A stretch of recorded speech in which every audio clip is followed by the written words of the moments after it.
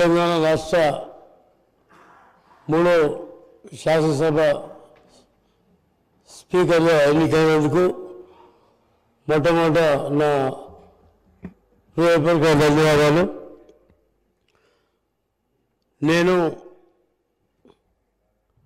మీరు పవిత్ర స్నేహితులం. ఎందుకంటే నేను ఒకటేసారి ఎంపీటీసీలం, ఒకటే నియోజకవర్గం. మరి ఆ రోజు ఇద్దరం కలిసి వికారాబాద్ సీటుకు 4 సార్లు కొట్లాడినాం. ఇద్దరం కూడా 4 సార్లు వికారాబాద్ సీటుకు కొట్లాడినాం. కాలక్రమేణా 2008లో మరి రాజశేఖర రెడ్డి సాబ్ మరి నీకు నాకు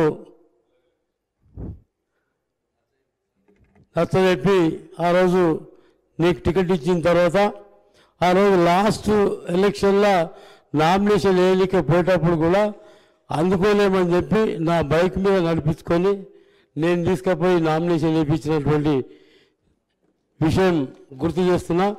మరి ఎందుకంటే మనం అపూర్వ స్నేహితులం కాబట్టి ఒకటేసారి ఎంపీపీ, ఒకటే నియోజకవర్గంలో వెళ్ళి పక్క మండలాలకు వెళ్ళి ఎంపీపీలుగా ఉండి మరి ఆ రోజు నుంచి ఇప్పటి వరకు మరి కాలక్రమేణా నాకు చేవెళ్ళ టికెట్ రావడం జరిగింది.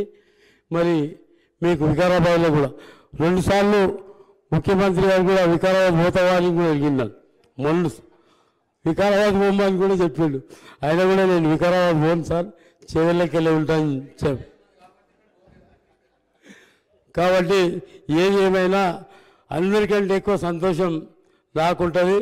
ఎందుకంటే నేను ఫస్ట్ టైం తీసుకుపోయినప్పుడు నామినేషన్ నా బైక్ మీద తీసుకుపోయి ట్రాఫిక్లో జామ్ అవుతున్నామని చెప్పేసి బైక్ మీద తీసుకుపోయి నామినేషన్ వేసి ఇచ్చిన సందర్భం. అదేవిధంగా మేడం ప్రచారంలో భాగంగా 2008లో ఒక ఊళ్ళో ఎమ్మెల్యే క్యాండిడేట్ ఏంటంటే మేడం నన్ను చూపించింది, ఆయన ఎమ్మెల్యే క్యాండిడేట్. అలాంటి సందర్భం అంటే ఒక లాస్ట్ ప్రచారం ముగించే సమయం లోపల మరి ఆ ఊరికి రాలేని పరిస్థితిలో వేరే మండలాలు ఉంటే అక్కడ నన్ను చూపించిన సందర్భం ఉంది. కాబట్టి అందుకే మనం అపూర్వ స్నేహితులం అని చెప్తున్నా. మరి అదేవిధంగా అపూర్వ సోదరులం.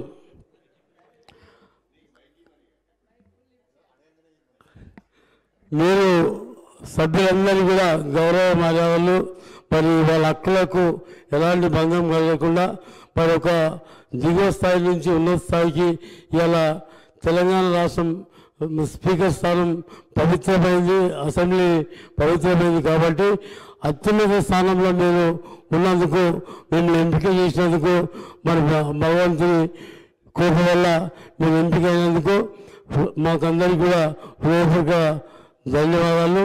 మేమందరం కూడా మీకు మరి ఎల్లప్పుడూ అందుబాటులో ఉండి సభ్యుల హక్కులను కాలరాయకుండా మా యొక్క ధ్వనిని వినిపించేటట్టు మాకు అవకాశాలు కల్పించాలని ఆ భగవంతుని కోరుతూ మరి అవకాశం కల్పించిన మీ అందరికీ కూడా పేరు హృదయపూర్వక ధన్యవాదాలు చెప్తూ సెలవు తీసుకుంటాం.